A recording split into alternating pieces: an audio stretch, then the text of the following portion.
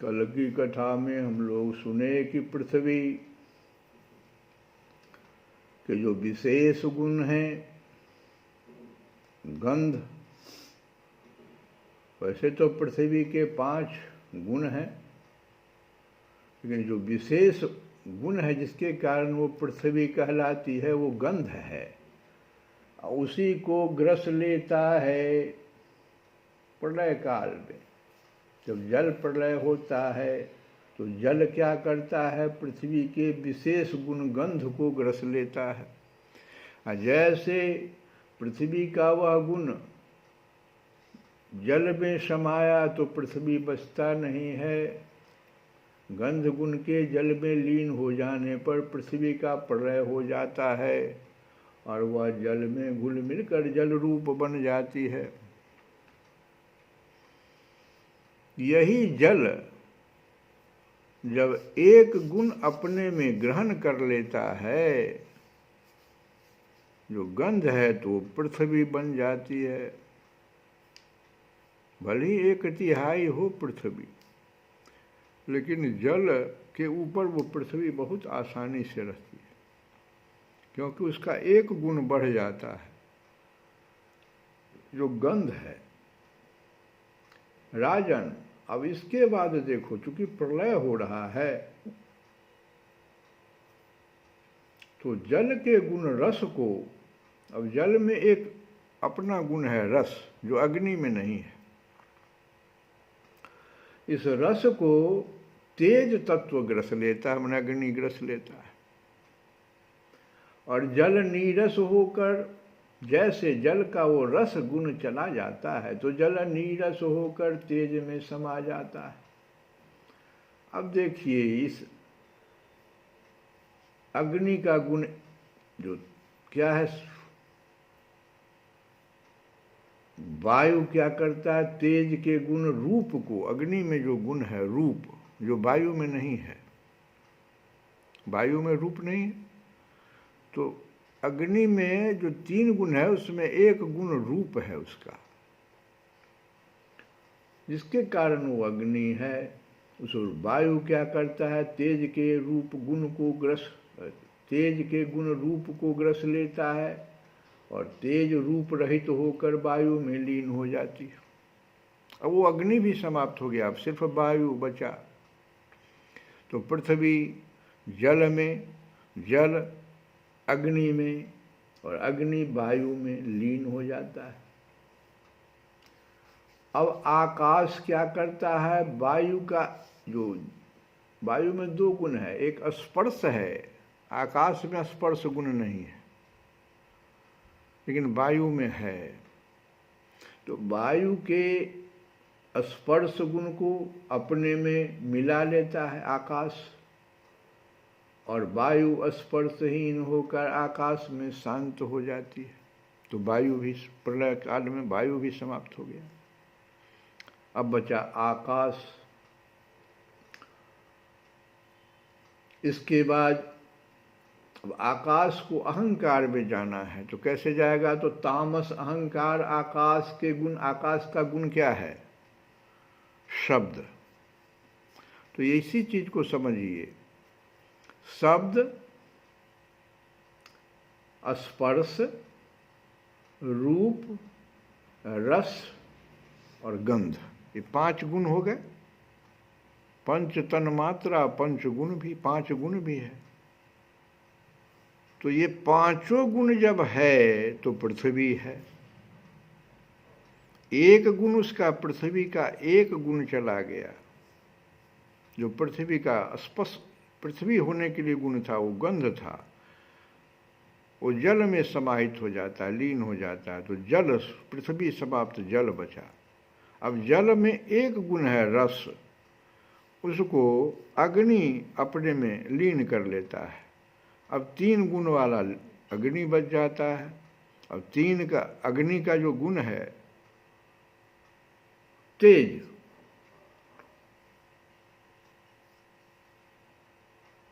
वो तेज के गुण रूप को ग्रस लेता है। वायु बच गया, वायु 2 गुण वाला, और वायु का स्पर्श वाला जो गुण है, वायु को हम स्पर्श कर सकते हैं। अब ये स्पर्श वाला गुण आकाश लीन कर लेता है। अब सिर्फ आकाश एक गुण का बचा, उसमें क्या शब्द है। आकाश में कोई भी हम लोग शब्द बोलते हैं, कहाँ जाता है? आकाश में जाता है। उसके पास एक गुण है, आकाश शब्द को रखता है अपने पास। अब अहंकार जो है, तामस अहंकार भी आकाश के गुण शब्द को ग्रस लेता है, और आकाश शब्द हीन होकर, जैसे आकाश शब्दहीन हुआ, मैंने उसका गुण था शब्द, तो शब्दहीन जैसे होता है तो तामस अहंकार में लीन हो जाता है, आकाश भी समाप्त। अब बच गया तामस अहंकार, ये कहाँ जाएगा? इसी प्रकार अब तामस अहंकार को तेजस अहंकार,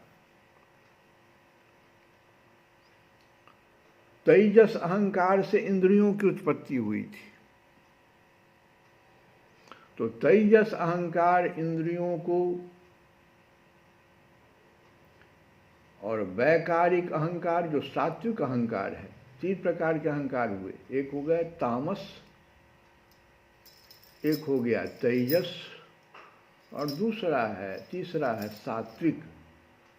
तो सात्विक अहंकार इंद्रियाधिष्ठात्री देवता, तो इंद्रियां हैं और इंद्रियों के देवता भी हैं। प्रत्येक इंद्रियों के एक एक देवता है, उनको कहते हैं इंद्रियाधिष्ठात्री देवता, अधिष्ठात्री देवता जिसको कहो। और इंद्रिय वृत्तियों को अपने में लीन कर लेता है। तत्पश्चात अब बचा क्या? महत तत्व अहंकार को और सत्व आदि गुण महत तत्व को ग्रस लेता है। परीक्षित, यह सब काल की महिमा है। ये सब जो घटना घट गई, ये काल की महिमा है। उसी की प्रेरणा से अव्यक्त प्रकृति गुणों को ग्रस लेती है, और तब केवल प्रकृति ही प्रकृति शेष रह जाती है। वही चराचर जगत का मूल कारण है। वह अव्यक्त, अनादि, अनंत, नित्य और अविनाशी है।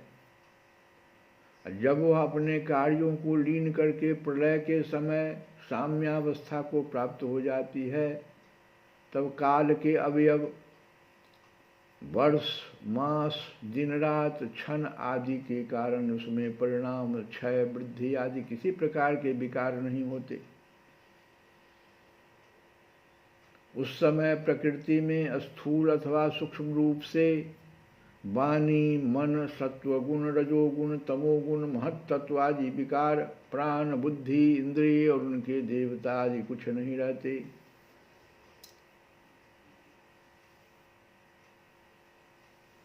सृष्टि के समय रहने वाले लोकों की कल्पना और उनकी स्थिति भी नहीं रहती। उस समय स्वप्न, जागृत और सुषुप्ति, ये 3 अवस्थाएं नहीं रहती। आकाश, जल, पृथ्वी, वायु, अग्नि और सूर्य भी नहीं रहते। सब कुछ सोए हुए के समान शून्य सा रहता है। उस अवस्था का तर्क के द्वारा अनुमान करना भी असंभव है। उस अव्यक्त को ही जगत का मूलभूत तत्व कहते हैं। इसी अवस्था का नाम प्राकृत प्रलय है। इसी को प्राकृत प्रलय कहते। सब प्राकृत, सब लीन हो गया, एक दूसरे में लीन होकर के सिर्फ प्रकृति बच गई, जो मूलभूत तत्व है। जैसे सोना में विकार हुआ तो आभूषण बन गया, रंग बिरंगा आभूषण, लेकिन प्रत्येक आभूषण अंत में सोना में परिणत हो जाए। वैसे ही ये प्रकृति में जो विकार आया, तो उससे वाणी, मन, सत्वगुण, रजोगुण, तमोगुण, महत्त्व आदि विकार, प्राण, बुद्धि, इंद्रिय, इनके देवता सब कुछ बन गए और सबको लीन कर लिया अपने में।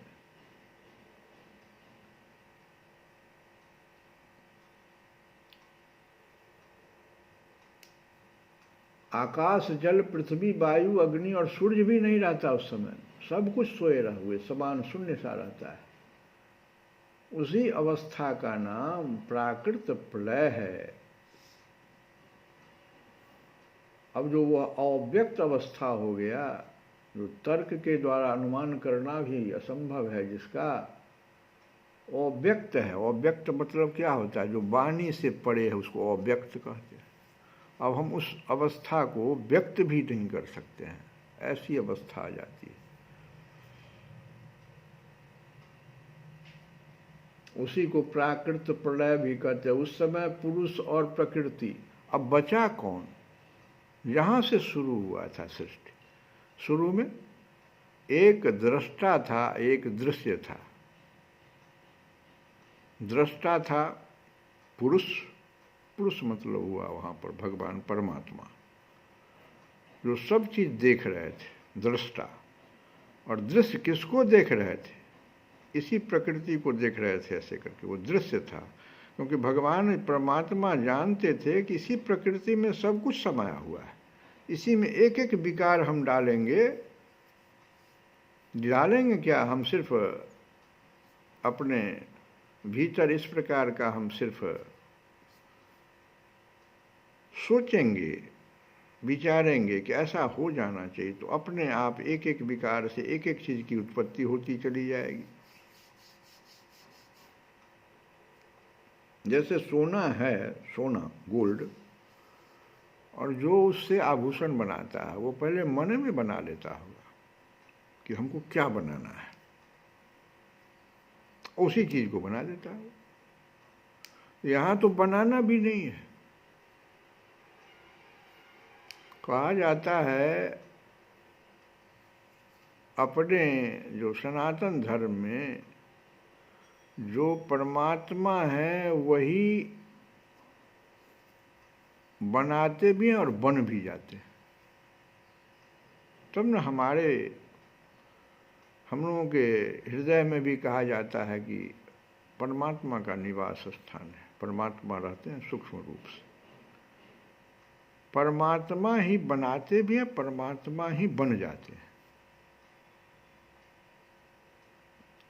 ये बात ये जो प्रलय के समय का जो चीज हो रहा है उसको अगर समझ लिया जाए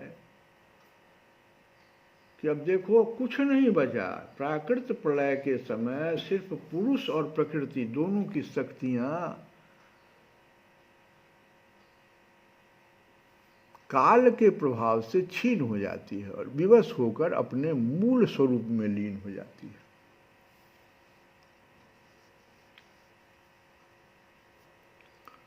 परीक्षित, अब एक तीसरा प्रलय है जिसको कहते हैं आत्यंतिक प्रलय, अर्थात मोक्ष का स्वरूप बतलाया जाता है।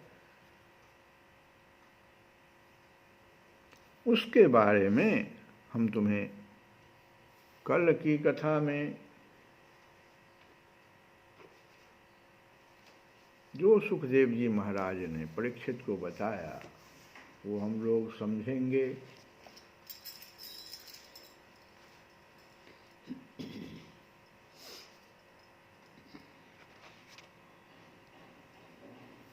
मन लागो मेरो यार फकीरी में, मन लागो मेरो यार फकीरी में, जो सुख पावो नाम भजन में, जो सुख पावो नाम भजन में, तो सुख नाही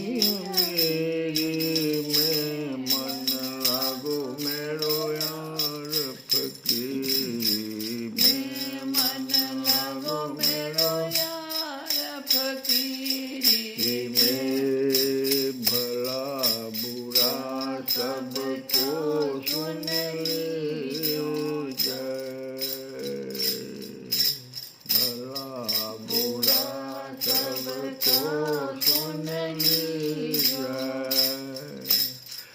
करि गुण गान गरीबी में, ओ करि गुजरान गरीबी में, मन लागो मेरो यार फकीरी में, मन लागो मेरो यार फकीरी में, प्रेम नगर में रहनी हमारी, प्रेम नगर में रहनी हमारी,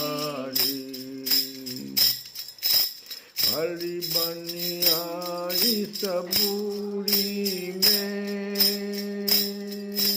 हाथ में पूरी बगल में सोटा, चारों दिशा जगीरी में, मन लागो मेरो यार फकीरी में, मन लागो मेरो यार फकीरी में, मन लागो मेरो यार फकीरी में, आखिर यह तन खाक मिलेगा,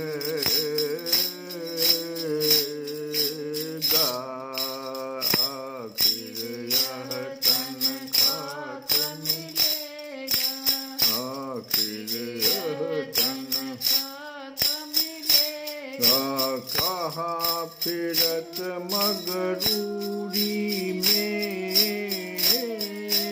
कहाँ फिरत मगरूरी में, कहत कबीर सुनो भय साधो, कहत कबीर सुनो भय साधो, साहिब मिले सबूरी में, मन लागो मेरो यार फकीरी में, मन लागो मेरो यार फकीरी में, मन लागो मेरो यार फकीरी में। श्री कृष्ण गोविंद हरे मुरारे, हे नाथ नारायण।